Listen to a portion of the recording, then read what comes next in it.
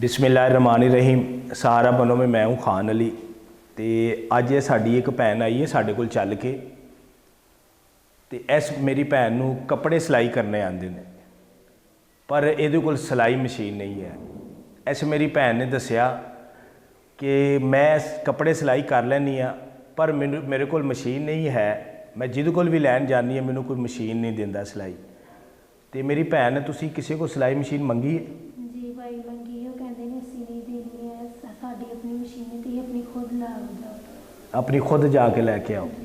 तो ये मेरी भैन चल के आए ने साढ़े कोल। ते मेरा मिशन है रोज़गार का। मैं हर वीडियो च भी दसना वा कि यार मेरा मिशन है इंज दियां जिहड़ियां मेरियां भैनां ने वो चार दीवारी दे विच ना रह के अपना काम करन।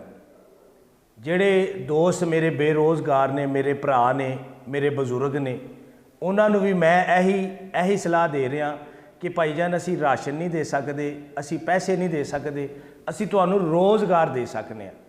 कि इंज दियां मेरियां भैनां अगर अपना रोज़गार करन घर च चार दीवारी च पै के, इस तो वड्डी कोई नेकी नहीं। क्योंकि साड़ियाँ भैनां करना चाह रही ने, पर इन्हें वसाइल ही नहीं है कि वो कर सकन। तो ये मेरी भैन आई सी चल के, तो साढ़े कोल सिलाई मशीन पई है। असां फौरन इस अपनी भैन नूं सिलाई मशीन देन लगे हाँ। तो ये नहीं दिखावा करके, सिर्फ यह दिखाना से कि जेड़े मेरे वीर ने सानू कोई चीज़ भेजी है, वाकई वो किसी हकदार दे कोल गई है। तो ये जफर साहब लैके आया जी सिलाई मशीन।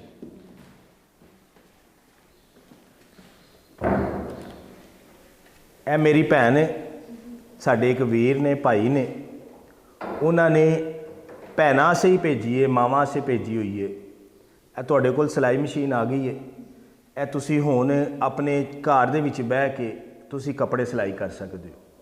सिर्फ उन्हां से दुआ ज़रूर करनी है जिन्हां ने तुहानू भेजी है।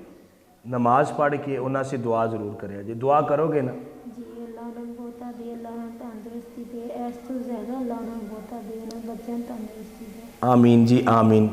तो सहारा बनो दा मिशन है रोज़गार का। तो मैं अक्सर कहना वा कि मेरा साथ दवो। इंज दियां मेरियां भैनां से, बुजुर्गां से, वीरां से, जिन्हां दे कोई रिश्तेदार नहीं सुनते, भैन भरा नहीं सुनते, तो उन्हां से सहारा बनो खलोता आवे। सहारा बनो उन्हां से हमेशा खलोता आवे कि जिहड़ा वाकई रोज़गार करना चाह रहा है। माह रमज़ान आ रहा है, तो साड़ी कोशिश है कि असी इस माह रमज़ान का पैकेज बना रहे हैं। तो मेरा साथ ज़रूर दिया जे माह रमज़ान आसे जिहड़े लोग बेरोज़गार ने, जिन्हां कोल कुछ भी नहीं, असी उन्हां दे नाल खलोईए। क्योंकि जिन्होंने अल्लाह ताला ने तौफीक दी है, अपनी रहमतां दे नाल नवाज़िया है, वही दोस्त मेरे नाल मेरा साथ दे सकते हैं। जिन्होंने नहीं भी दिता वो मेरे आसे दुआ कर सकते हैं कि अली भाई तुसी ज़्यादा तो ज़्यादा काम करो।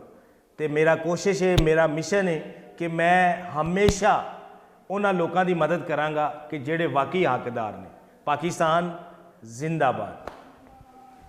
चलो।